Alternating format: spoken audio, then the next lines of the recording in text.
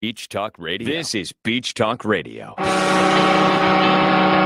Good morning, Mr. and Mrs. America, and all ships at sea. This is your captain speaking, Mean Gene. Mean Gene.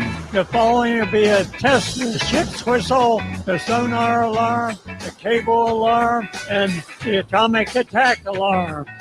Live from Peach Time Out in the heart of Times Square. You're listening to Beach Talk Radio with Kim and Ed Ryan. And good morning, everybody, and welcome to Beach Talk Radio. This is episode number 129, and we are broadcasting live from Peach Time Out, inside Peach Time Out, courtesy of the Gestapo Code Enforcement Department here on Fort Myers Beach. And it's September the 5th, 2020. And I want to say, first of all, thank you, of course, to all of our subscribers to the newsletter and all of our wonderful sponsors, JPS Vacations, Nervous Nellies, State Insurance, brand new State Insurance USA, and also to, Seahabilitate, Mangoritas, CCG Certified Public Accountants, Island Oils. We'll tell you all about them, Fort Myers Tiki Tours, and, of course, our longest and oldest and greatest sponsor of all time, Peach Time Out, where you can see the lovely staff behind us working hard. And Terry she's such a bright ray of sunshine every time I come in. It's so fabulous to see her. And once again, we have a great show lined up for today. Welcome to the show, wife. Have you had some coffee or some Monster this morning? You are on it. As I was explaining to the cook back here, Mike, I have I have 2 cups of coffee and 1 Monster before I leave the house every day. And that's it?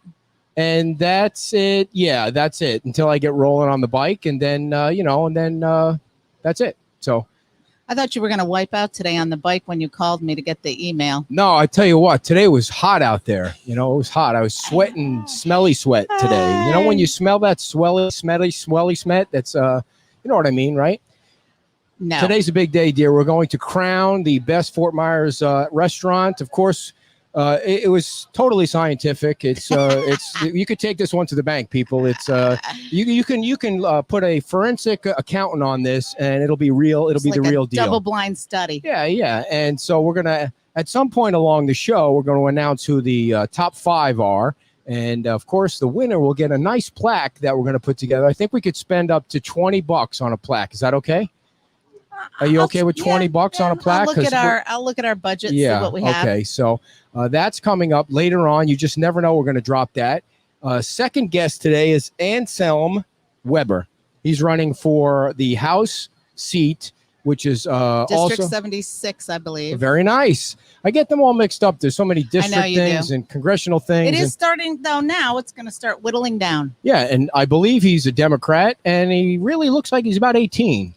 He is actually 24, but 24. Well, he looks like a very young 24. Yep. And he's running against Adam Botana in that race. And Adam defeated Jason Mon. So I'm getting familiar with all these political names. Last night we had the friendliest debate of all time. They were very nice yes, ladies. Running for the Fort Myers City Council.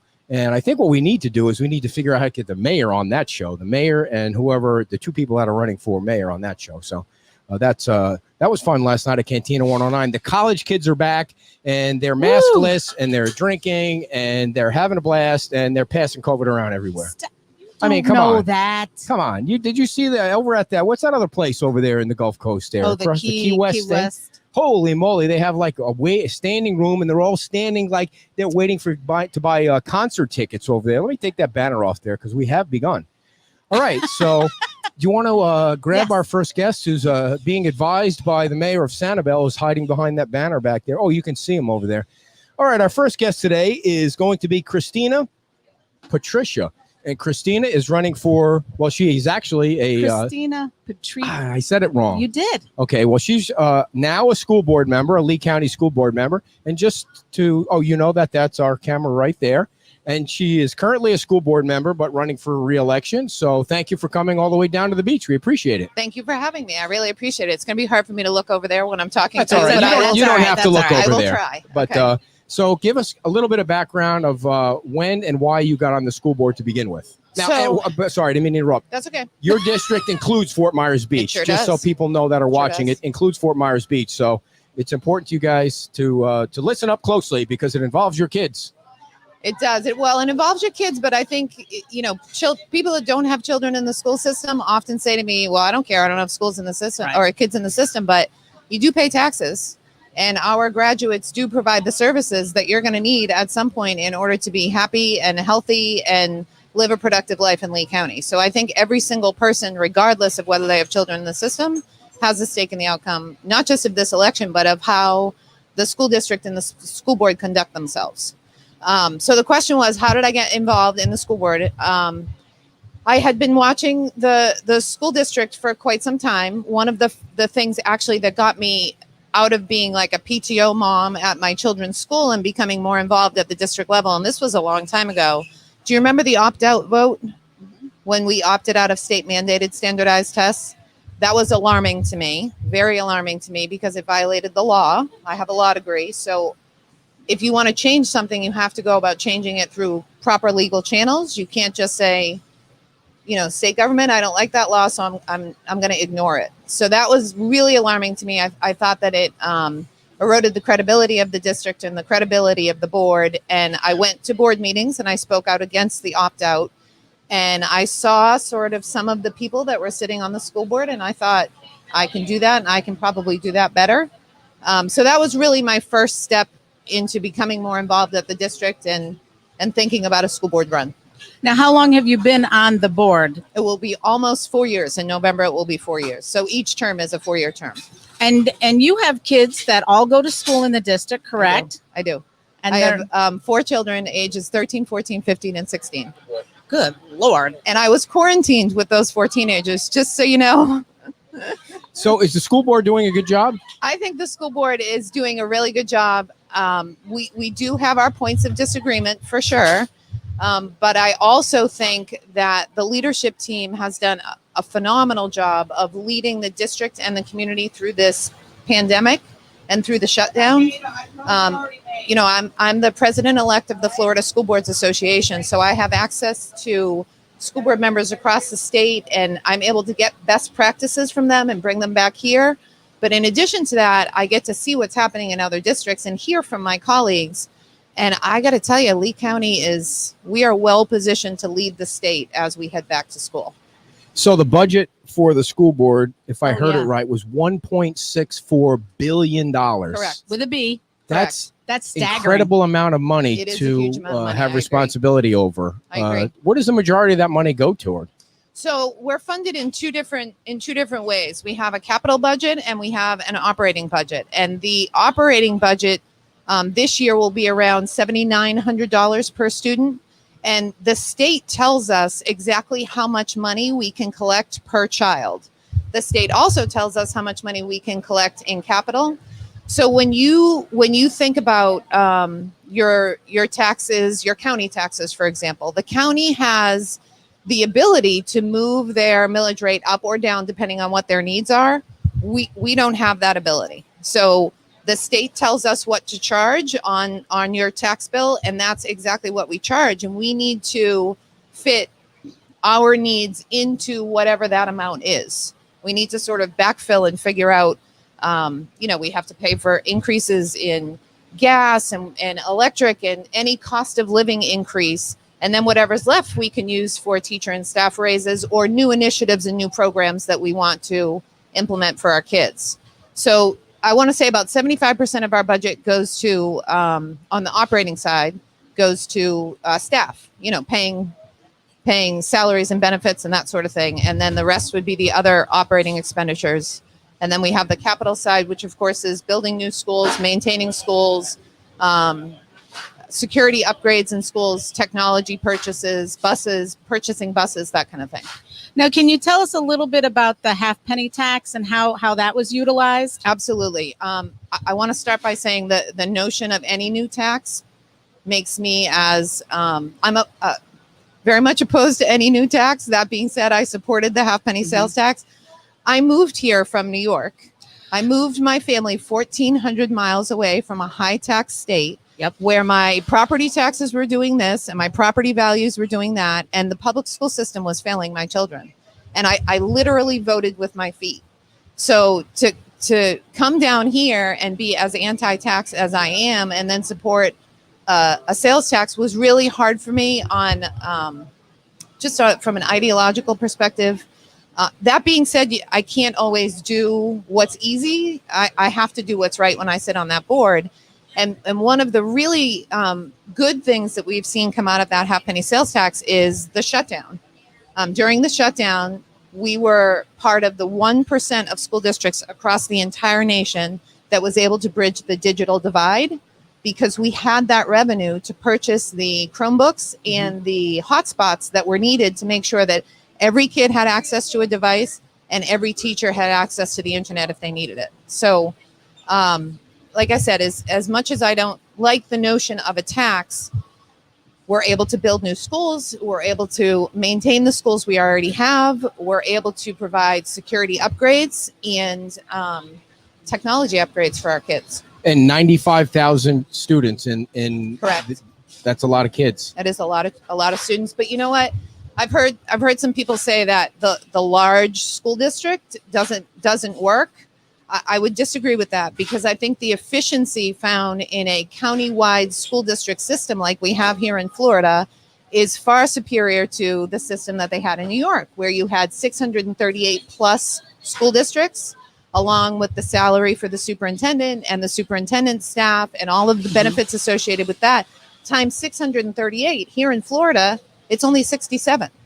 So I think it's economies of scale, and I think that the efficiencies found in countywide systems I think it's the way to go. So if anyone has any questions, just feel free to type them in and I'll pop them up on the screen, because this is very important to talk about the school board and everything that has to do with our kids. And been out of the loop so long on the school board and the PTO stuff. It's like, wow. Yes, our daughter went through, but it's been a while so since she graduated. Obviously, the big issue right now is online learning and going to school and all that stuff, and the masks and whether the masks work and all that. So, what is your approach to that, and what's going to happen when a kid gets COVID, and how do you deal with one kid in a class that has COVID? And I mean, what's going to happen? Really good questions that are really in-depth answers.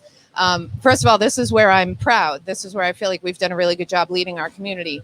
We have given our families and our teachers 4 different options. 1, face-to-face. 2, Lee Home Connect, which is a live synchronous instruction model where the child is sitting at home on the computer and the teacher typically is in the classroom teaching on a computer. And it's as close to a live classroom environment as you can get without actually being face-to-face. So the teacher has the ability to put students into small groups for learning. So one group could be working together on a project virtually. Another group could be doing individual work. And then the teacher could be in another small group instructing that small group. So that's Lee Home Connect. Face-to-face, I'll get to in a minute because you asked questions about positive cases. Lee Virtual School is a school that's been in existence in Lee County for over a decade. It's an actual school with an actual principal. Last year, we had 700 students enrolled in Lee Virtual, and this year we have so far 12,000-ish. So scaling up that has definitely been a challenge. I would say that as we rolled out school this week, the area where we saw the highest level of difficulty was with Lee Virtual. And we are working hard and diligently to address those problems every minute of every day. And then the final option is homeschool. Less than 1% of our students chose homeschool. So what does school look like for those face-to-face kids? What happens if a kid is positive? We have seating charts for every single classroom, for every single bus, and for every single cafeteria. So if a child tests positive, we pull the seating chart for every room that child has been in a school, and we turn all of that information over to the DOH, the Department of Health, and then they contact trace based on their metrics for determining whether it was a high likelihood of exposure or not. So if you have a child that's sitting on the right-hand side of a classroom, the child at the front on the left was not necessarily exposed according to the Department of Health metrics that they're using. So one child in a classroom doesn't mean the classroom closes down. Well, okay, but that means that they weren't sitting close to each other. It doesn't mean that they weren't talking to each other at their lockers. Well, we're keeping social distancing in the hallways as well, and we are being really strict about that. I know you've seen pictures of high schools across the country where there's mass amounts of students in the hallways. I've not heard of that happening. I've not seen those pictures on social media. And again, I have 4 kids in these schools, and they're reporting to me every day that the social distancing is taking place and all of that. The research that you get, are you hearing that even if the kids get it, they're going to be okay? Kids are not dying from COVID. It might even be better for some of them to get it, be better. I mean, what is it that you're hearing that makes sense and that the school board is, which philosophy are they leaning toward? If somebody gets it, does that mean, you're not testing everybody, right? You can't, who can afford to test everybody? That's not something that an education system does, or frankly, I don't think should do. I don't know that there's a philosophy that we're following as much as it is relying on the strong partnerships that have been built between us and the Department of Health, between the school district and Lee Health, and between the school district and various physicians groups in the county. Like every day we are contacting and getting advice from local health officials. And the key there to me, I don't mean to point at you, but the key there for me is the local piece. Like what's happening in Lee County is not remotely close to what's happening in Leon or Citrus or Orange or Miami-Dade or any of that. So making sure we're relying on local health experts and following their advice and relying on them for their expertise, like testing. So, sorry, dear, but once I get off the mask thing. Well, let me ask. All right, go ahead. How difficult, when the decision was being made, because some schools, some counties, and some states chose to go completely virtual. How difficult was that decision to do some sort of hybrid situation? For me, it was not difficult at all because it was the right thing to do. Okay. We had to provide a face-to-face option for our children. And we also, if you've heard what the governor has said at all about schooling, it's important to provide family choices, families with choices. And so we provided the best choices we knew how to create. And the feedback has been very positive. So again, like with the half-penny sales tax, the right decision to me is the easy decision. So deciding to open our schools, that was an easy decision. So back to the mask thing, is it mandatory that the kids come to school? Every single kid comes to school with a mask? Not every single kid. We do have some students who, for some reason, whether it be a physical disability or a mental health issue or a developmental issue, are not and should not be wearing masks. And the same is true for some of our teachers. So that would be considered like an ADA request, an Americans with Disabilities Act request, and those requests come in and we review those requests and we grant them or deny them based on whatever it is. We have a team. We have a COVID task force team that reviews those. But otherwise, yes, masks are required in our schools. And I think the approach that we've taken is really no different from the approach that's been taken by the County Commission and by the Village of Estero and by Bonita Springs, where encouraging the use of masks in the community, it's really a matter of personal responsibility. But when you're in our buildings, you have to wear masks. So let's say you see a cluster of 4 or 5 kids standing around, their masks around their neck, they're talking to each other up close. What happens? So we are an educational institution. So this is just another way of educating our kids on a different issue. We educate our kids on health every day. This is being approached as a health issue by the district. So we talk to them and we try to help them to understand the reasons why we're requiring masks in our schools. And if they continue to refuse to wear a mask, then we isolate the student from other students. We don't put them in an isolation room with suspected COVID students, but we put them aside and we call the parent and we have a conversation with the parent and we talk about the importance of following the guidelines that are in place.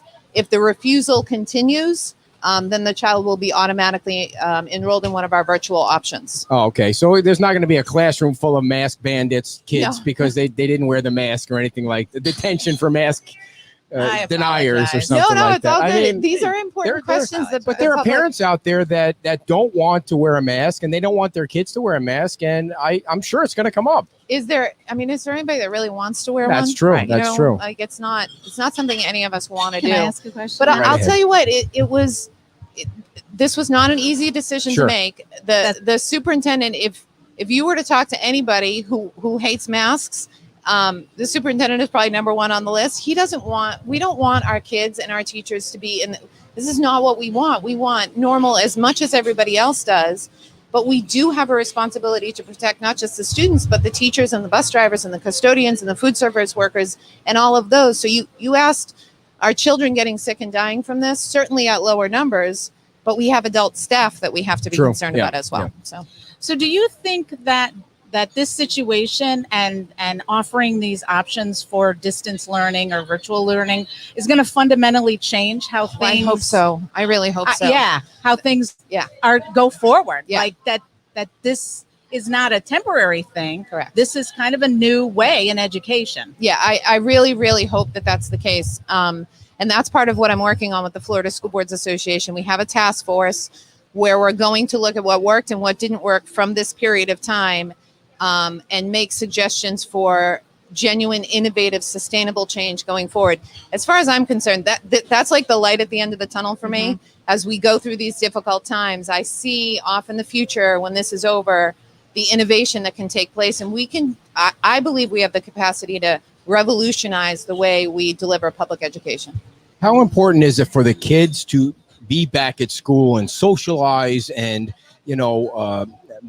be in the group where, there are other kids and the teachers are there and compared to do you think that being that they had to do online learning, it was detrimental to their learning process? They need to be in the schools and they need to be experiencing all of that?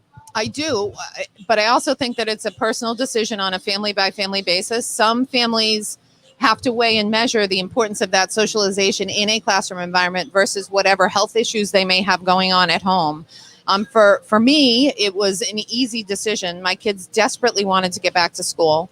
They're old enough to weigh in. I know, isn't that funny? Right, crazy. That's one of the things that's come out of this. Right. It's like, boy, Kids want to be in school. They don't want to get up early, but they want to be with their friends. Absolutely not complaining about school, although we are a weekend now, and I've got 3 high schoolers who don't like that early morning hour. Sure. Yeah, that's I don't tough. think they're as happy as they were on day one, but I think getting back is essential. But I also think that the Lee Home Connect option is as close to that as we can get. What we had during the fourth quarter was not perfect by any stretch. There were a lot of problems with what happened in the fourth quarter. But what we're rolling out right now is completely different from that. And it does give students that ability to collaborate in a classroom environment, even though it's virtual, if that makes sense. Let's Well, and take I a question from the live studio audience, dear. We have a question from, I popped the wrong one up there. Kim had a question. What are you guys doing about breakfast and lunches for the kids? So our breakfast and lunch service is funded by the federal government. We are a community eligibility program school district, which means that almost every student in every school is eligible for what they call free or reduced lunch. I think it should be called taxpayer funded lunch but that's an aside. So what we're doing is the students who are in school, when they walk in, they grab and go a breakfast and they eat the breakfast in their classroom.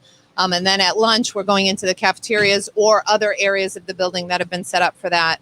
And they're doing a grab and go lunch and they're sitting and they're eating their lunch in school. Now, those who chose Lee Home Connect have the option of picking up breakfast and lunch for a 5-day period of time, 2 days a week at the high school or another school located closest to their home school, if that makes sense. Right. I wanted to say, the distance learning that occurred the fourth quarter, it was kind of baptism by fire. Oh, and sure. I think people really did a good job Yep. and did the best they could. And it really sort of set the stage for jumping into this Yep. and jumping into Lee Home Connect, kind of hitting the ground running. Agreed. Is that a question? No, it's just It's kind of like a statement. It's a compliment to our teachers, which I will absolutely take because they were the ones it was really trial by fire for them. And think about Google Classroom. Google Classroom is our platform, and it's used by every middle and high school teacher across the district, but it's not frequently used by elementary school teachers. So they were the ones who were really under the gun with that, because they had to create their Google Classrooms. They had to teach their students how to log into those Google Classrooms to get their assignments and to get their instruction. So it was a huge heavy lift for our elementaries. So back to the food. Did the Lee County School District have a contract with Alfie Oakes and his organization? We did. Yes. Did you vote to cancel it? We did not vote to cancel it, and that is one area where I can't discuss, because we are the subject of an active lawsuit right now, and our attorneys have been very clear. Absolutely, you can't talk about that. I'm sorry, no problem at all. I will tell you this. I will tell you this, that my brother is the chief of police up in Washington, D.C., and I'm sure that you've seen some of the coverage of what happens up in D.C. Yeah. And he is often very frustrated by the social media coverage and by the news coverage that doesn't reflect the reality of what's happening. And I believe that you're seeing social media coverage, you're seeing news coverage that's not reflective of what actually happened. We don't have the opportunity to tell our side of the story right now, but there's a lot more to that than what you're seeing on social media. And at some point, you will tell? 100%. Okay. As soon as this lawsuit is over, I'll come back on your show. That's great. Go ahead. I mean, I'll come back on your show anytime, Okay. but for sure then. So right now, it's still under school choice, correct? But I was watching a video. I was watching your Facebook Live, the first one you did. Oh, you watched that? I did watch it. Wow. I did watch it. Great job there, by the way. You did a great job. And it is Thank tough you. when the comments are coming up. So hard. It is hard. And this whole on-camera thing is very uncomfortable for a relatively... You should see Kevin Wayne when he gets on camera. He can't stand it. He just wants to put a piece of tape over the camera. But anyway, I digress. School choice versus proximity schools. What is the future for that? So we don't really call it school choice. It's called student assignment, because that's really what it is. We're assigning students to schools. We are in the process right now. It's about a 3-year process of creating proximity schools for our elementary schools. Before we could get to the point where we were engaging in this proximity process, Hold on. You need to explain what proximity schools are for people that don't. Sorry. Not. I don't mean that to you. Brought it out like people should know. Okay, so most people who move to Florida, move to Lee County, think of elementary school like a neighborhood school. You go to the school that's located closest to where you live. That is an impossibility in Lee County for 2 reasons. When many of these large communities were built, land was not set aside for schools. So we had to build schools where there are no students, and we also have tons of students where there are no schools. So there will always the true neighborhood school feel is not going to be possible anytime in the near future. So the second best thing is proximity, making sure that students are assigned to the school that is closest to their home. And the system that we're under right now can allow some neighborhoods, some families who live in some neighborhoods, as many as 19 choices for an elementary school. And that's really ridiculous. It's inefficient. You spend too much money on transportation, that kind of thing. So what we're doing is we've hired a consultant to come in and help us figure out not just where do our students live in comparison to where the schools are located, but where is the future growth going to be, so that we can create proximity zones surrounding schools and give parents far fewer choices to make sure that we're cutting down on transportation costs. The other thing that's important to know is it was a process to get to this point, because we didn't have equality in our elementary schools. And what I mean by that is some elementary schools had before school care, others didn't. Some elementary schools had after school care, others didn't. If I'm a mom that needs before school care, I'm going to choose that school further from my home because I need that for my child. So over the past 3 years, we've been working on making sure that all schools offer the same programs, so there's no reason to choose a school further from your home. The final thing I'll tell you is that Lee County, I'm very proud of this, Lee County has 0 schools that are rated a D or an F by the state of Florida, and the number of A and B schools increases every single year. So there's no such thing in Lee County as a failing school. You don't have a school that's located close to you that you don't want to go to because it's a bad school, so to speak. Okay, so we had Byron Donalds on a couple of weeks ago, and I kind of got the impression from him that the school choice was there isn't school choice, that it wasn't working for poor and the poor people in poor neighborhoods. Is that true? I think that might be true in some counties, but where school choice is different in Lee County is the centers of excellence that we have at the high school level. So every zone has certain types of schools. I'm going to use the South Zone as an example because that's where we're sitting. Estero High School has the ACE Cambridge program. South Fort Myers is a career center high school. Cypress Lake High School is a center for the arts. Fort Myers High School is a international baccalaureate program. And Bonita Springs High School has the FGCU Collegiate Academy. So those are centers of excellence. And anyone that lives in the south part of the county can choose that high school based on what their child's interests are, what their child's strengths are. And it is far more efficient to have centers of excellence than it is to replicate those programs at every high school. Because, for example, at Estero High School, we don't have enough students living in and around Estero to complete that program, to fully populate that program. And, you know, it requires certain teacher certifications and there are extra expenses associated with that program. So from a cost benefit perspective, it is cheaper to bus those kids to those programs than it is to replicate them everywhere. Am I making sense? Yeah, I guess then, so when we were just talking about the proximity schools, there still will be a choice for those students who want to go to the high school of their choice. Correct. And I'm one of 7 board members, so I can't tell you what's going to happen in the future, but the entire board right now supports the proximity concept for elementary. Okay. I'd like to move the proximity concept to middle because I don't see the centers of excellence as being quite as important at the middle school level, but I'd like to keep that choice at our high schools because, you know, like I said, I've got 4 kids and they're going to be in 3 different high schools because they're 4 different kids. Right. Over the years, we've seen school shootings, too many to count, too many people died as a result of that. Are all the schools in Lee County secure enough? Yes, absolutely. And I'm so incredibly grateful to our partnership with the Sheriff's Department and with the Police Department in Fort Myers, the Police Department in Cape Coral, Police Department in Sanibel. We have at least one SRO, school resource officer, in every single one of our schools. We have 2 in each of our high schools. And right now in Fort Myers, we will have 1 in each of our high schools. And they will readdress that once we get back to 100% population in our schools. And what's the policy with teachers carrying guns in Lee County? We do not have a guardian program right now in Lee County. The last year, it was brand new. It was brand new and we were hesitant to adopt something that's brand new. It has been brought up at the board table again as a possibility for the future, but it was brought up too close to the beginning of the school year for us to implement it this year. But conversations are definitely ongoing with our police experts, our law enforcement leaders here in Lee County to see if that's something we would implement going forward.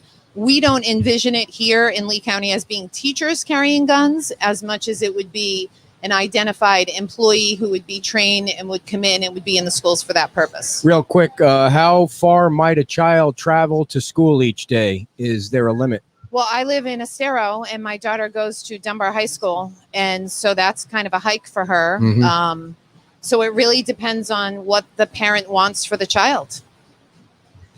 Now, on the video, you were talking about increasing technical opportunities and options for kids because not every kid. Yes. Oh, gosh. Yeah. Yes. And I think that's really important and really, really relevant.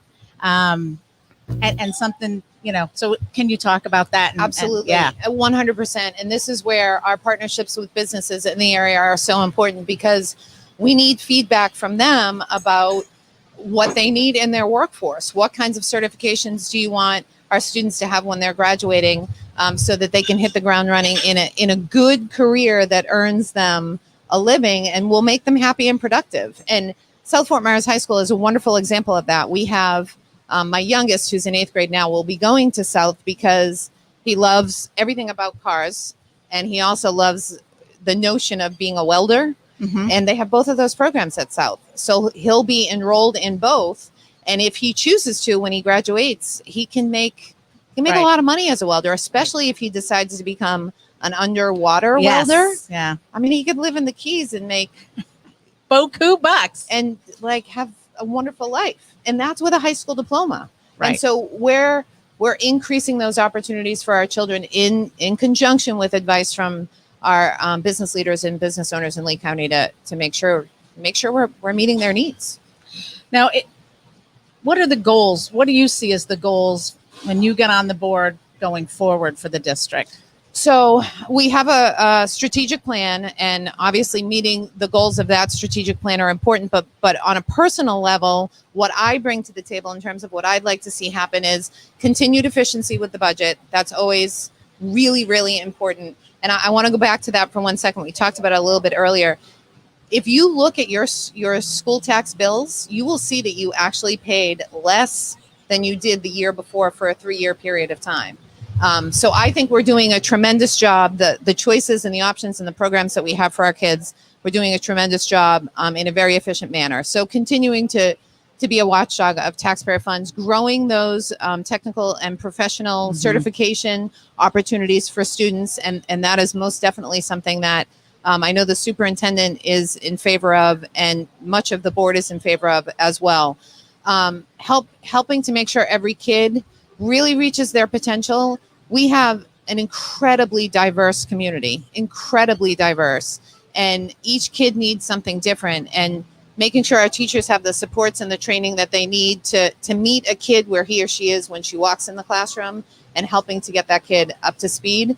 And supporting our teachers is really, really important. Everybody went to school, so everybody thinks they know how to educate or how education should work, but the pedagogy of education is frequently lost on people who don't really know what they do. And it's a conversation I have with my kids all the time. Mom, all I do is memorize stuff and put it on paper. No, Yeah, you're actually learning how to remember think. those days. That's I remember the saying key. those things. And, Why do the other- I need this? The other thing that I think is important, and I think it's a misconception, is what we're teaching in the classroom. Making sure that we're teaching good American values, making sure we're teaching a sense of civic duty to our students. I keep saying it. I've got 4 kids in our schools. I know that we're doing that. But I think sometimes in the national conversation surrounding those things, Lee County gets thrown into it, and it's just not the reality of what's happening in our schools. By the way, your dad says terrific guest. Oh, thank yeah. you. Our dad's in Orlando. He doesn't like our right wing guest. doesn't but- like you. Oh, well, You. I and your guess, yeah. right-wing guy. So, real quick, the superintendent seems to be like a lightning rod position in every school district. What's the grade that you would give the superintendent? Well, my last evaluation was definitely an A+. Cool. I think he's done a really fantastic job. If you look at all of the metrics, and that's what we're supposed to do as board members. We set the direction, we tell him what to do, he decides how to do it, and then we evaluate whether he's done it well. And if you look at all of the metrics, we are most definitely headed in the right direction. So he's definitely doing a great job. And the other thing that the public doesn't see about me and my management style, so to speak, we have 3 employees, and Dr. Atkins is one of them. I like to have the tough conversations with Dr. Atkins behind closed doors, and we frequently have some pretty tough conversations. Yeah. If there's an issue, if there's something that I think needs to be changed, and that issue is not addressed to my satisfaction, you better believe that I'll be having that conversation at the dais in front of the public. That's a unique thing these days. Most people have them on Twitter Yeah. these days. Yes. Everything needs to be done on social But media. you know what? Part of my job is to advocate for our kids and for our schools. And if you're bringing every complaint that comes your way to the board table and airing that in public, that unnecessarily undermines the public's confidence in our system. Right. So why you and not your opponent? Well, I think I've done a good job. I'm not an egotist, but I do think I've done a really good job in the 4 years that I've been on the board. I've earned the respect of my colleagues statewide by being elected to be the president-elect of the Florida School Boards Association.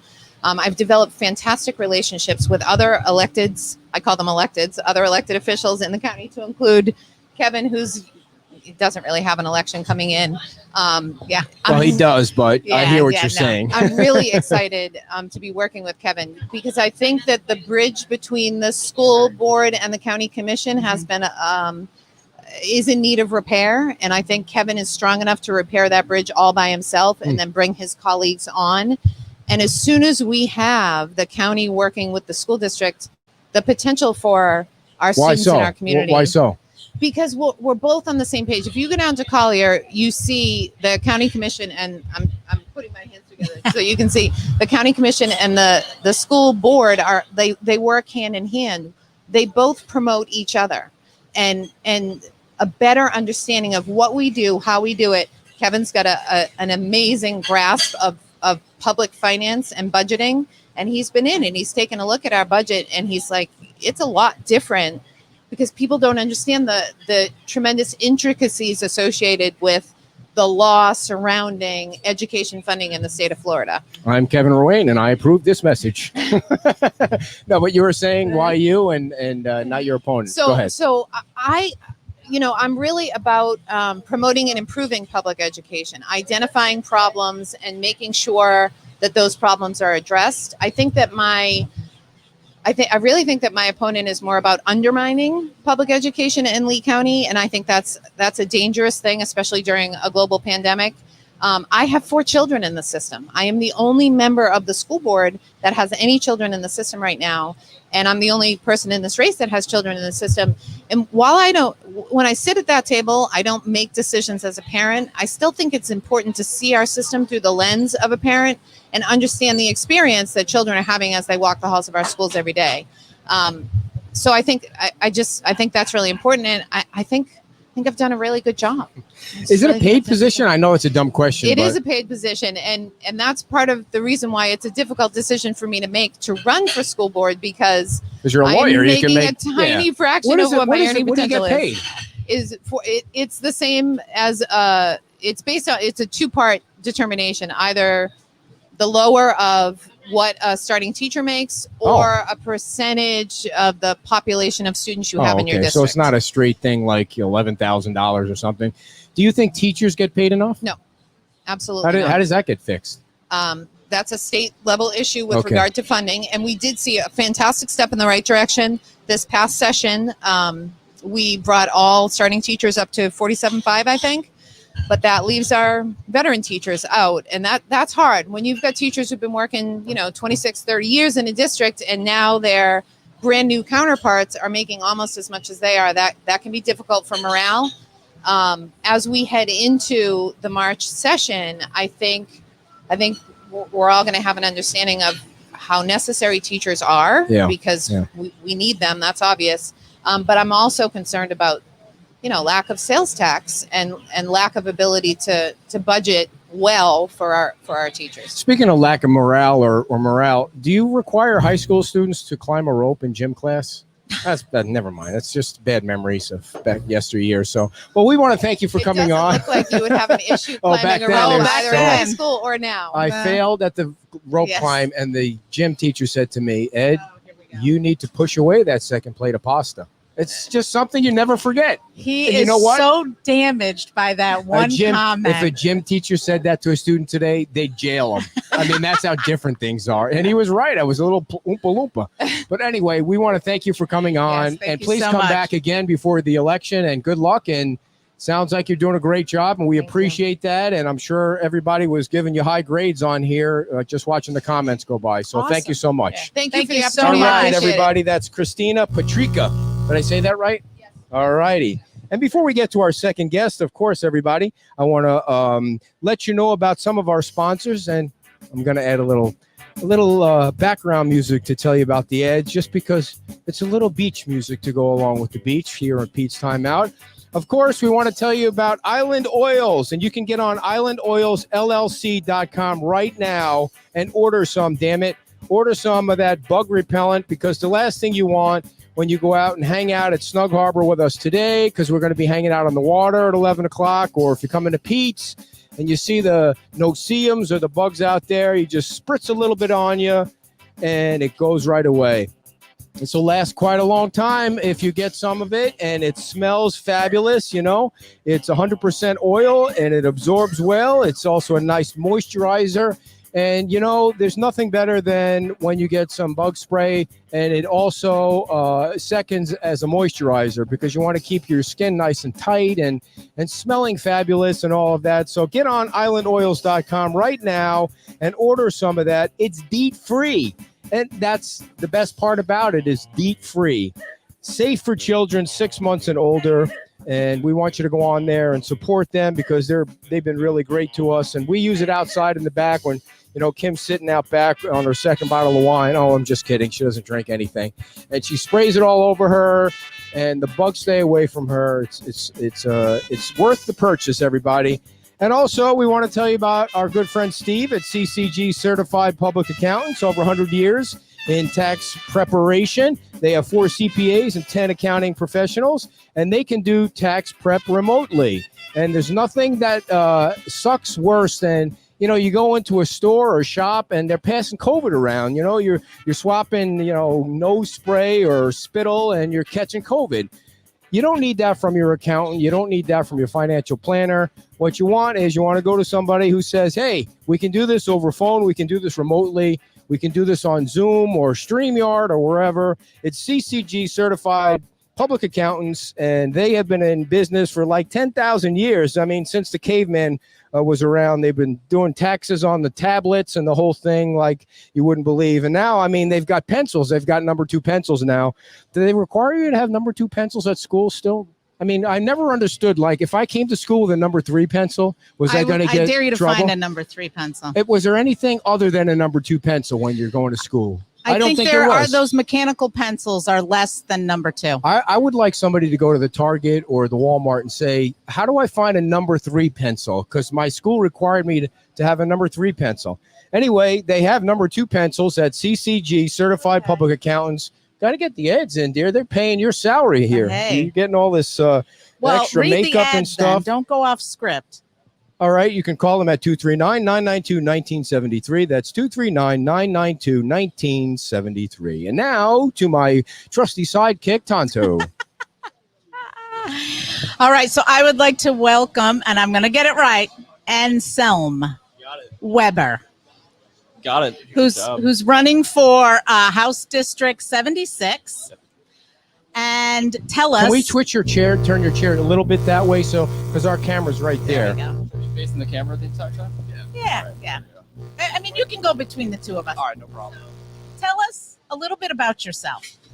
Well, I'm running for Florida House District. Take that mic. I'm running for Florida House District 76. I've lived in Fort Myers about 6 years now. I grew up in Sarasota, Florida.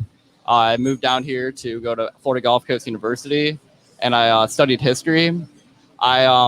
Recently I was working on voter registration through Next Gen Florida, where I would go to Florida Southwestern College, go to FGCU, registering voters, and I studied history in school, and that kind of influenced my upbringing, my political view on things, and things like back in the 30s to 60s, when our country was providing more direct benefits to working people.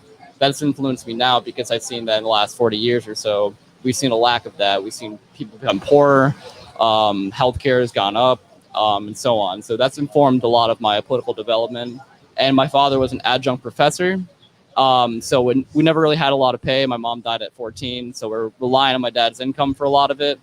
So a lot of these things went into my upbringing, and it's made me really sympathetic to working people, low-income people who are not getting the benefits they need, especially right now with COVID-19.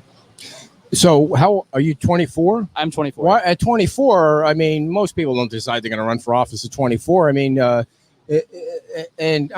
would you argue with me that it's probably a long shot? I mean, in this county, it's a Republican county. It's hard to beat a Republican. Or do you think you seriously have a chance to win? I think there's a chance. I'm not going to deny that it's going to be hard. I've looked at the odds. It's about 5% chance, but to me, I got approached the run by. Now, where did you find those odds? I mean, is there a bookie somewhere or I mean, a sports betting 5%? On a few of like the services I use to contact voters, like text banking, they give like odds on things, and Really? I saw 1 in 20. They get a lot of data. There's a bunch of data mining everywhere. But, So, are you going out knocking on doors and? yes, I've been knocking on doors in Bonita Springs. I'm planning on doing more. I've been a little hesitant because of COVID-19. But I figure we have to go out there, mask up, hand sanitize. I've been making phone calls, making ads, and so on. How much money have you raised? Around like 4,000 or 5,000 so far. Okay. Yeah. You're probably gonna need a little more than that. Probably, I'm just guessing there. It's, anyway. So what are you going to use the money for? Well, I mean, we definitely want to have a good social media following. We're putting a lot of money into that. We're trying to get more signs, just the basic things that go into campaigning.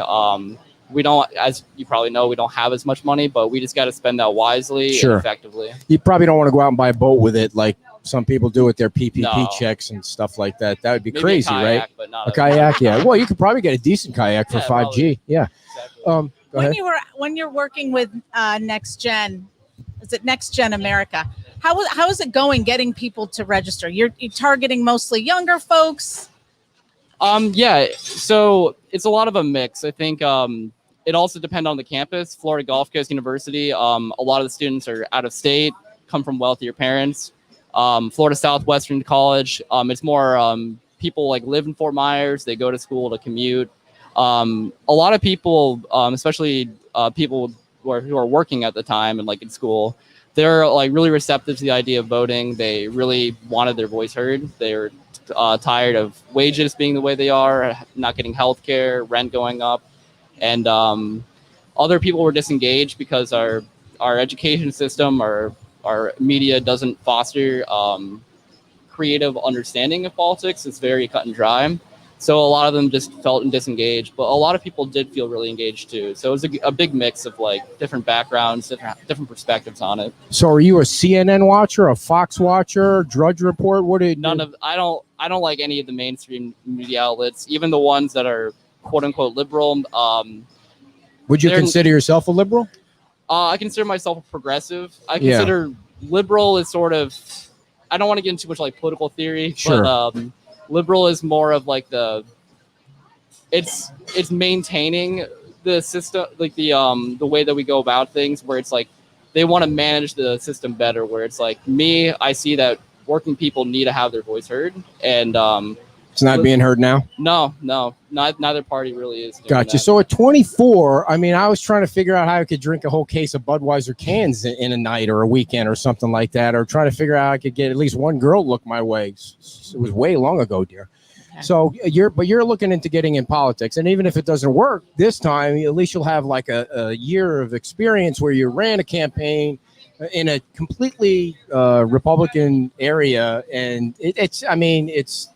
Are you thinking that years down the road that you might continue this, or maybe you want to go just get your kayak and look at dolphins? A mix of both. I'll see. My intention is to win right now, so next 2 months are all about that. If not, we'll see about whether I'll run again. Maybe if I want to do another race. Or big thing for me is I think we need to organize unions and workplaces more. I think that's a bigger fight, and that's something. If hopefully this doesn't go hopefully this goes my way, but if not, then those kind of outlets are what I want. And also, I definitely want to go hiking, kayaking. Oh yeah, In the meantime. you can't do that if you're in the state house, writing bills, Well- and you can't.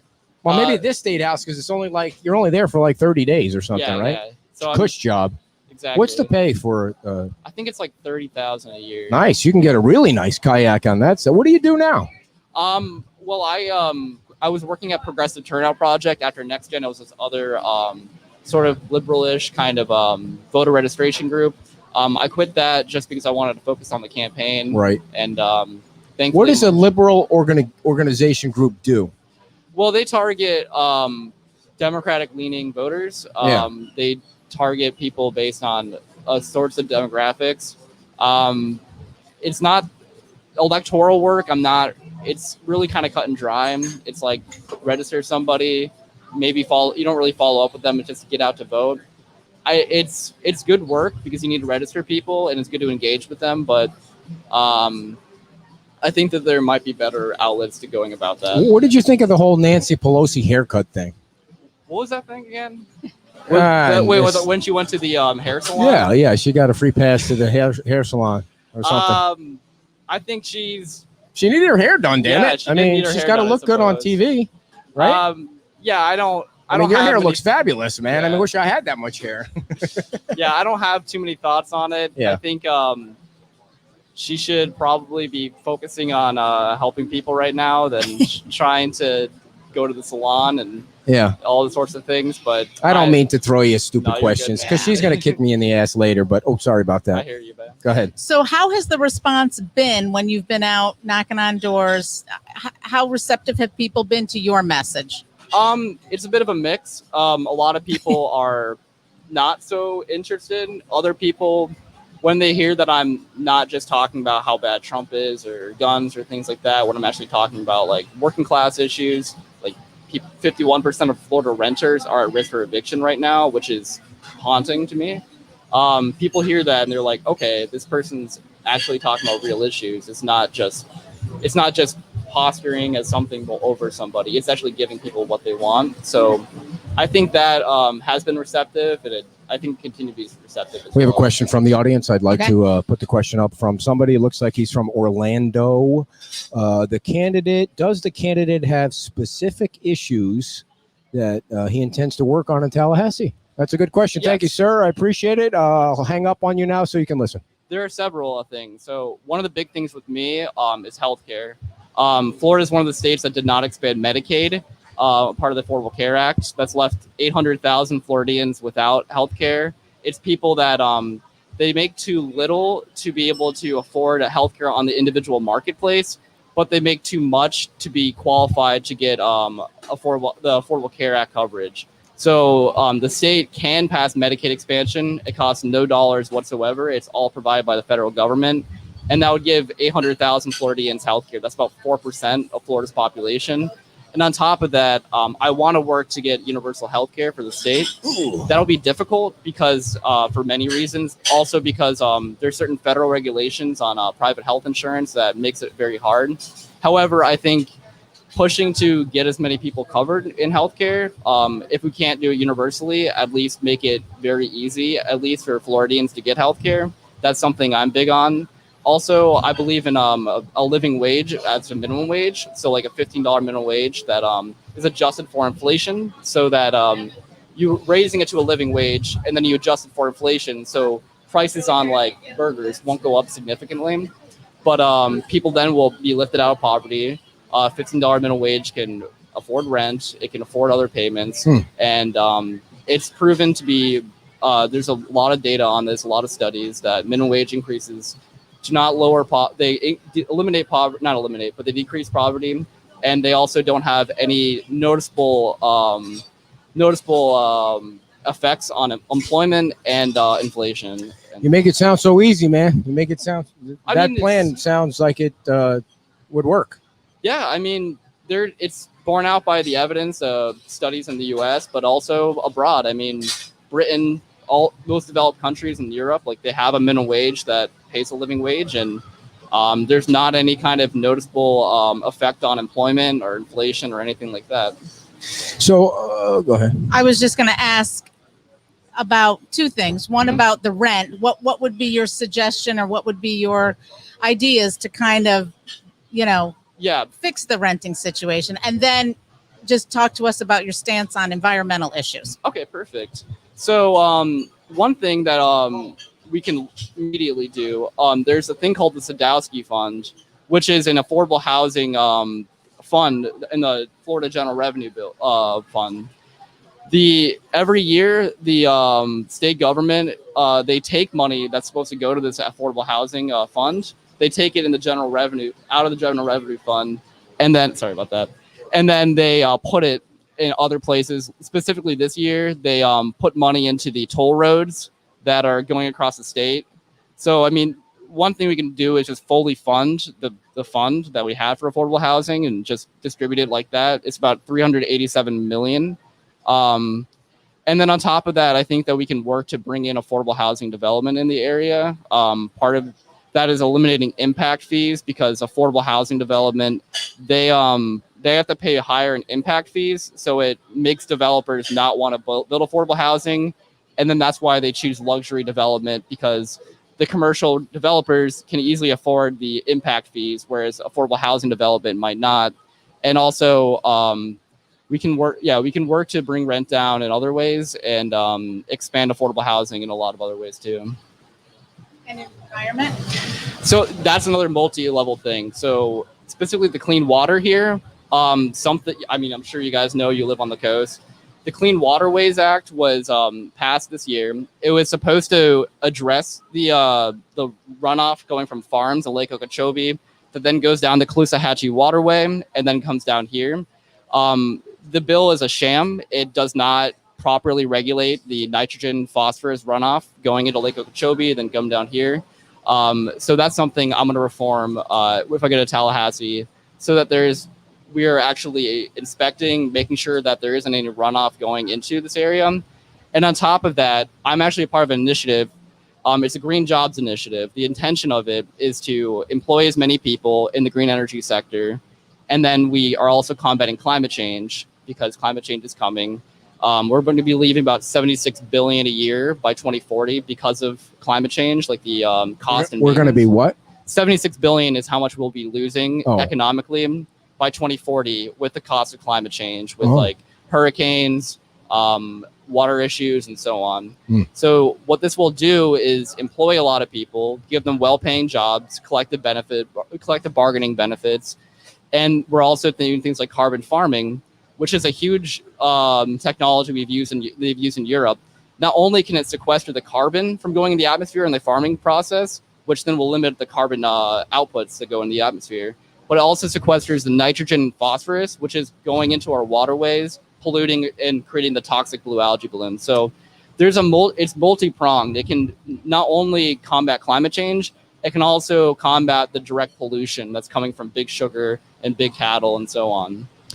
All right, so we're kind of running a little bit out of time, so I want to throw some quick ones at you for rapid fire answers. So Donald Trump. I think there's many problems with them for many reasons. I think the biggest quick answers. Well, working people are really struggling right now. The eviction moratorium he put in place, or the CDC put in place, did not properly address the eviction crisis. We need to have people he's made it harder for people to get health care. He's cut Medicaid, and also is trying to get rid of the payroll tax, which will deeply defund Social Security. So I have a lot of problems with that. So you're not voting for him? I'm not voting for him. Joe Biden. I think he's a very problematic figure. I think there's a lot of issues with his past, especially with mass incarceration and the bankruptcy bill. He made it harder for college students it made it impossible for college students to declare bankruptcy on their debt, and also made it hard for people with their healthcare bills to declare bankruptcy. I am voting for him because I think that Trump poses a larger threat, but neither of them are my favorite. They weren't my candidate, and I'm voting for Biden. They're gonna fight like hell to make sure that we're gonna get things that working people need. Mandatory masks across the nation. It depends. I think outside in like a breezy environment, it's not so bad. Indoors, I think would be safe. You're in favor of it?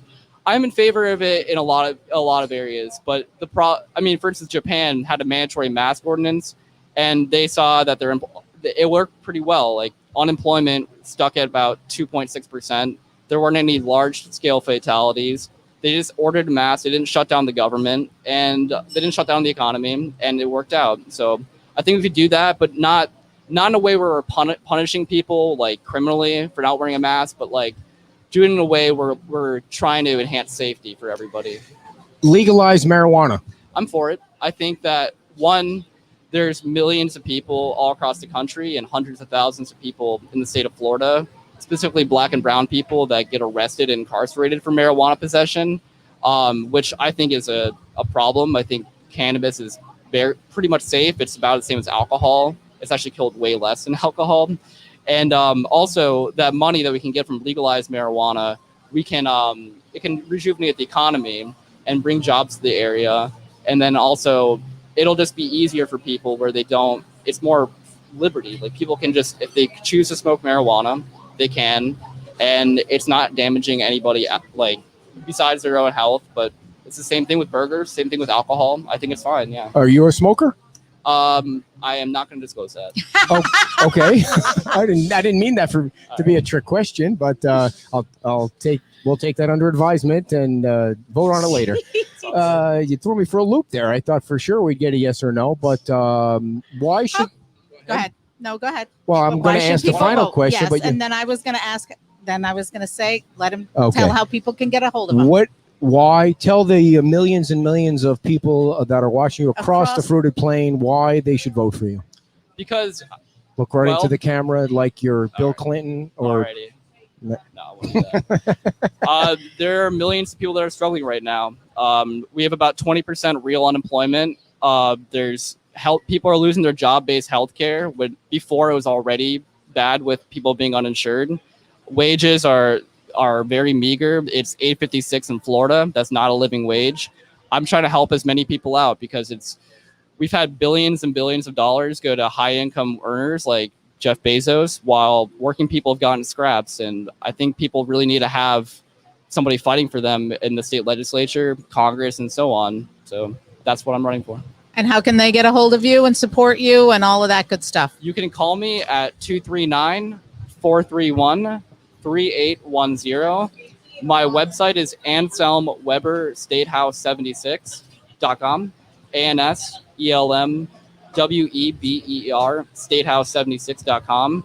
You can email me at AnselmWeber4FLHouse at gmail.com. And my website has plenty of ways to contact me, and you can email me anytime. I'm happy to answer any questions anybody has. Look, man, good luck. I have to give you props for running at 24 years old against the machine in the Republican Party and in Lee County, and Adam's got huge money and backing and things like that, and so hopefully the Democratic Party is helping you out as much as they can. But really, seriously, I appreciate you coming on and putting yourself out there at 24 years old. It's great. I had one last question. So we talked a little bit about your name, that it's unique. Yeah. Now, are you named after somebody in particular? Yes, actually. My dad is really weirdly into philosophy, so he named me after St. Anselm of Canterbury. I'm not really knowledgeable about this guy's past. He was a St. Anselm of Canterbury in 1100. I did history, but I didn't go that far back, so you might have to do some Googling on your own. I actually did do some Googling on my own, and I thought you were going to say there was a Franciscan priest in Arizona that had the same exact name, really? First and last. So I thought for sure that I was going to get a lock on that, but nonetheless, interesting story. Thank you so much. Thanks for coming down. We appreciate it. Good luck in your race, and we really appreciate you coming down. So I'm going to switch back to this one, and I think I was having a little bit of issue with that, so I'm going to come back to this one here as I get ready to read a couple more ads before we get to the contest that we're going to have. We're going to reveal the winner of the contest. Want to make sure that we tell you about the special house on Virginia Avenue before we get to the who won the best restaurant on the beach. It's $1,000 per week. That's all, people. $1,000 per week. It's $142 per night. Where are you going to get that kind of love? $142 per night. And for 3 bedrooms and 3 bedrooms, bathrooms, 2 and a bathrooms, pool? private pool. And they got all the floaties and the and whatever else you put on. What do you put on when you get in the pool? You got the noodles, the floaties, the other thing about renting something like that versus a hotel room is you've got a kitchen. So if you want to make special meals, if you have the option to obviously you have the option to go out and eat at all the wonderful restaurants here, but you also can hang out and make what you want to make. Although I hope you don't make your mom do that. I hope you I don't know what you're talking break. about. Seahabilitate is what it's called, and it's on the That's Facebook. a great name. So if you want to go to Facebook and type in Seahabilitate, you can see a video that the owners of the house have cut. It's a 3-minute walk from the house to the sand. You get your toes in the sand, and you have to go right by Hoosiers, and it's across from Diamond Head. So it's A little bit south. It's a little bit south of here, and it's just basically a 3-minute walk to the beach. It's $1,000 for a week. That's $142 plus fees, of course. You want to make sure you get the attorney stuff in there. The lawyers are happy when you say plus fees, and I don't know what that means, but it's probably things that need to be taken care of, right? Yeah. And you should check out. But that's divided among how many lots people? Of people. And let's see, they're being managed by, who's the management company? I know it's on here, but I don't have my glasses on, but Tri-Power Vacation Rentals. So you can Google Tri-Power Vacation Rentals, or you can just go to Seahabilitate and you can see the owners talking about And when you rent, please come on down on Saturday of Yeah. the week that you rent and say hello to us. Right. We love when people come by. Everybody's been waving from outside because we're inside. And I have to say, some folks have been saying that they think being inside is better because the sound is so much better. Because there you there's, go. when we're outside, you got the people walking by, you got the dogs barking, you got the wind blowing, and now we're inside, and it's a little bit quieter. Yeah, we are. It's totally fine, everybody. And we have our fan. We have a $240 fan from John. Thank I don't you, know where. John. I don't know where he got ripped off for a $240 fan, unless he was it's joking worth around. Every penny. And of course, Every folks, penny. Fort Myers Tiki Tours, they are awesome. They've got the coolest little boats where you can bring your own booze, and they take you out, and they've got captains that tell you all about the water and They're the very dolphins, and they tell us about their personal lives. That was a little bit different. I mean, usually when you go out, you're talking to yourselves about your personal lives and all the troubles and things that you have going on, and then all of a sudden we hear what's going on with the people and that are running the boat thing, which That's I thought was cool. Fort Myers Tiki Tours, if you need something to do on this holiday weekend, of course, they'll socially distance you. They'll push you in the water if you're too close to somebody else. It's 239-887-0042, 239-887-0042. And did you talk about, is the GoFundMe account still open? I did talk about it earlier, but I Okay. want to make sure I mention it again. If you go to the Beach Talk Radio news page, and I have to say something that you don't even know, Bruce Pierce is who we're trying to raise a little bit of money for, because he lost his boat last weekend in that fire at Salty Sam's. I don't know if it's still on the bottom, but it was on the bottom because they had to put it out with water, and and it sunk. And the Sea Racer got damaged too next door, and they show some pictures on the Facebook that the Sea Racer is already being worked on. So they're going to try and get that thing back Super out nice there. guy, a wonderful dog. Yeah. I mean, luckily the two of them got off, and he at least had his main stuff, his wallet and but he headed up to Maine. Maine now. Now, he said that to me yesterday that the insurance company said it's not covered. Can you imagine that call, that it's not covered? I mean, I hope there's a fight going on there, but that would be crazy. I mean, anyway, so if you have a chance to donate, then you can just go on the GoFundMe account. On Friday, we're going to close it up and send them the check. So there's that. I mean, how crazy is that? That's really disheartening. Real quick, before we get to the final grand finale, and I know you guys are hanging on to see who won the contest, 22,000 votes. But I did want to mention, it was crazy, that the town council met this week, and as I'm riding my bike, I'm just don't get crazy. I'm not going to get loopy on this. One of the things that they were talking about, which really just goes to show you how much I'm so anti the government, they were talking about making the residents fill out some kind of form or permit about a garage sale, because they wanted to limit.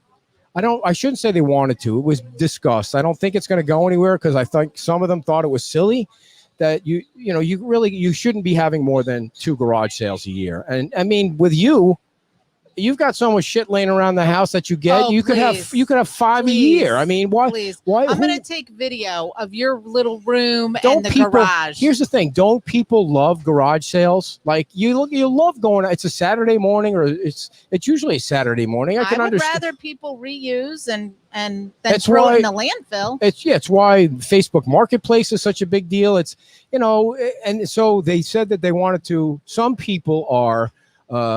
They turn their garages into businesses. And so that's a different thing. If somebody's operating a business out of a garage, then that's clearly a code violation. And now I'm an expert at it now. So it's just that thing got me off on thinking about, is there really nothing else you can talk about? And then Roger, I have to tell you this story. He was so proud of his one accomplishment during the meeting, because he figured out, like, they needed a new vehicle. So he wanted to make sure everybody knew, well, we made sure that we traded in one of the old vehicles, and I just wanted to know that we're just not adding on to the fleet here. We traded one in, and then Ray chimed in and said, well, usually at the house, I'm not allowed to get a new pair of sneakers unless I trade in the old pair. I don't know where you trade in sneakers, but I just thought the whole thing about isn't that your job? And is that something you bring up at a town council meeting, like you're trading in a vehicle so you can get a new one? I have It's to so tell you, juvenile, I some know, of the stuff but that I comes have up to at the tell you, meetings. You're being a little nitpicky. This is why. now. Okay, this is why the meetings being a last nitpicky. 5 hours. Well, because if that's what they want stuff to do, like that's what that they wanna comes do. up But where, it's a okay, little, you're being a little You can't just nitpicky. check that one off. We traded a vehicle. I just want you all to know that I Well, earned my $200,000 because people I figured out. Yeah, they want to hear about the fiscal responsibility. Please, dear, they're not fiscally responsible. That's a you're whole being different nitpicky thing. about this. You guys know why I do that, but I'm just saying, I just thought it was, do we have to sit through garage sale stuff, and do we have to listen to, You don't have to sit through anything, Well, and someone's going to well, say that. and by I'm the way, pretty nobody sure else- I know who it'll be. and nobody else can sit through it either, because you can't hear what's going on still to this Now, day. that It is- baffles that me is that an issue. that they can't get that is that- hard. If you're trying to get an accurate quote, that makes it problematic. And I just wanted to make one more point about the code enforcement issue, which has nothing to do with us. We're happy, we're fine. We know why we're not out there. It's not a big deal. There's something going on where they're debating the vacation rental issue, and to me, I feel like this government is doing everything they can to make sure businesses on this beach don't succeed. And it starts in Times Square. Like, they're going to raise the rates, or they're going to raise the rates from 8 to 12 or 7 to 12, whatever it is. They're raising the rates. It goes up by $2.50. Whatever it is, it shouldn't go up at all. Is to my 10. point. I agree with that. As if COVID didn't exist, as if red tide didn't exist. I agree. They could pump the brakes on Okay. that for now. Okay, so not only is that might take place, I mean, the Times Square, it's not like they're providing Okay, extra vacation. services. So the vacation rental thing comes up because people are being harassed about the vacation rentals. You're only supposed to rent for a week, and if they advertise for 4 days and then somebody leaves 4 days and there's 3 days empty, can they get in trouble because they advertised for a week? It was a whole long thing about that. My point was, what is wrong right now? Because the vacation rental people were the ones that got screwed the most, even by the governor. I mean, it took them Well, they were forever. last to- They yeah. were the last one standing, and now you're trying to do everything you can to screw them by these little piddly things. Why can't you say, for the next 6 months, I know you lost this amount of money, we're going to let you go 4 days and 3 days? What's wrong with that? Why Well, don't what you did they figure out a say? way? No, it's a week. It's a week. You have to rent for a week. It's because it's I know, a but did they residential give a neighborhood. rationale It's for a that? residential neighborhood, and I get that. But people that I think that people come down to the beach because they can afford a house like that on Fort Myers Beach in a residential neighborhood. Instead, they're nitpicking on things. And the reason I say that is you have residents, at least one resident, I read through some emails where the town code enforcement department is encouraging this guy to take pictures of people that are in violation. They're not going out and doing it themselves. Well, they probably are, but they're encouraging a resident to take pictures of other people that they think are violating the code. And that's such bullshit for a code enforcement person to encourage a resident to take pictures and rat out on somebody else. I sent the guy a note. I said, how much they paying you to be a rat? Well, I didn't hear that, but Okay. I don't think that if that is true. Okay, let me it give you does another not example. encourage- Let me give you another example. You got people, I think it was Dorothy, who was she had a couple of Trump flags out on the beach. Over comes a code enforcement officer. He's going to harass people for having Trump flags on the beach. Well, it was Or- for having a flag Okay, on the well, beach. it's the beach. I don't think. Okay, it was so the next content of time, the beach. I think it had everything to do with the content. Not No, I because don't I think thought the so. code enforcement officer was against Trump. I don't think he cares one way or the other. It was because somebody else complained. So somebody had to complain about a Trump banner on the beach. I think And you're so not allowed. so to he have says those you need flags to get there. oh, come on, it's the beach. So next time, what you guys should do is go in the county section, because the county is not going to waste time asking you to take your banner down. They don't care. They're dealing with real issues. They're not dealing with piddly issues. Let me give you the last example. Next door, Jason, okay, at Margaritas. Uh-huh. They somehow his table came out a little bit over the red line that you're not allowed to be across. So they're in a battle now over 3 inches, the code enforcement and Jason next door, 3 inches over the line. For They're your giving tip. him shit about the table going over. And he's looking at him like he's trying to run a business. He didn't go over there and purposely pull like 3 inches is going to make that much of a difference over the red line. Well, why don't you just push it back? Just push it back and move on. That's my rant about how I just think that down here it's a club, and if you're not in the club, you're in the target. Well, you're not in the club. No, I don't want to be in the club, but I'm just saying. I just think that I would not want to be sitting on the beach trying to look at the water and have okay, dear, the beach is 5 miles All long. right, but I'm just saying, There let are- one do it. Okay, there are flags or whatever you want to call them. There are flags, there are banners, there are tents. Maybe they all could of just that. use a kite. A kite? Mhm. I A don't. flag I don't know if you need a. I don't think you Something can for fly a a kite. kite, and You it's can't? up out of the air. You can't. It's not. I Gonna just bother got. my view. I just got totally those little. I just think they're I mean, piddly some- little things. I know, but some of them are. Some of them are relevant to discuss, and others are just sticking your craw, and you want to just blah blah blah. Here's what.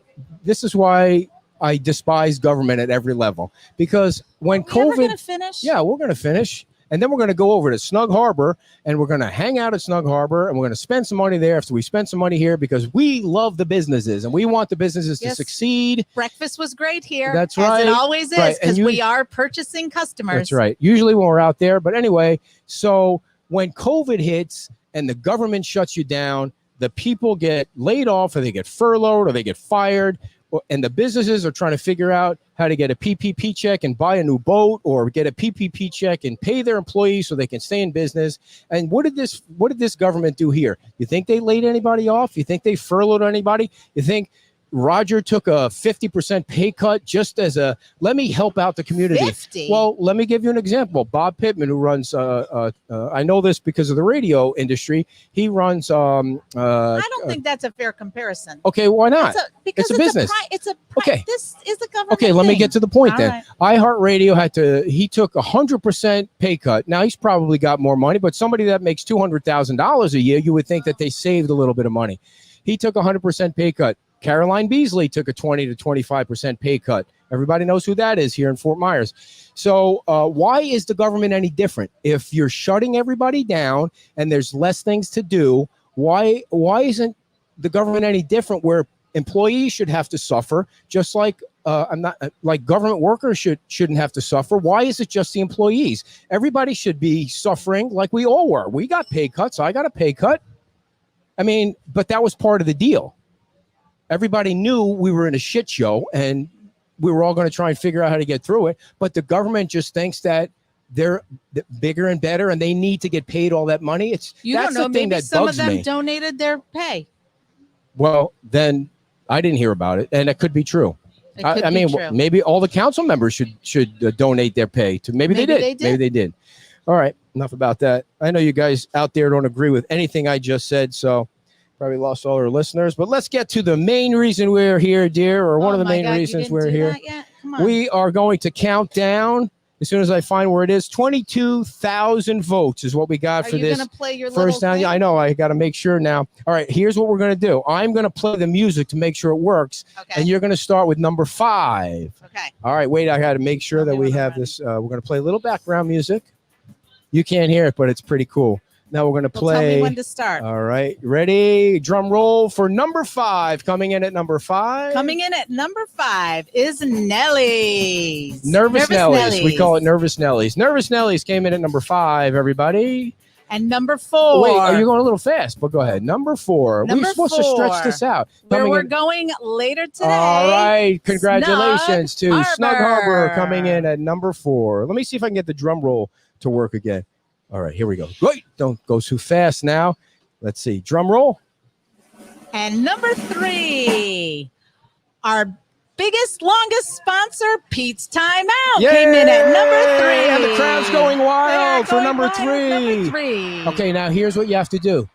You have to skip number 2 and say number 1, edging out number 2, because I think most people are going to know. Should we do it the other way? Which way should we do it? Let's Most just people are go going to know. down. All right. there. Okay. All right, you ready for the drum roll?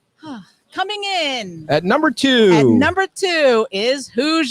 Ta-da! Hoosiers in Paradise. And the number 1 restaurant for the 2020 Best Restaurants on the Beach with 22,000 total votes. It wasn't exactly 22,000 on the nose, but it was pretty damn close, everybody. The #1 restaurant. Right next door, Mango-ritas.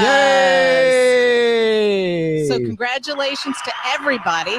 They're all amazing places. Yes, There's we love so you many all. great places on this beach to eat. So What I we thought- appreciate yeah, everybody's participation. It was a totally scientific poll. It's totally accurate, and we appreciate everybody. What was cool about it was the sharing on. Everybody was sharing and trying to get more people to people vote. enjoyed And, it. and believe me, I didn't get a ton of pleasure out of counting all those votes. That wasn't something I was doing Well, this that's 1, not 2, your 3, 4, forte. 5. 1, Yeah. 2, 3, 4, 5. Counted them all. Math is tough for you. Yeah. All righty. Well, All right. I'm out all sweaty now. Let's from wrap that. it up. All right, Thank you everybody. so much, Hopefully folks. you can join us down at the Mango-ritas. I mean, yeah, we'll go over there, and then we'll go over there. And then Snug Harbor, we're going to go look out at the water.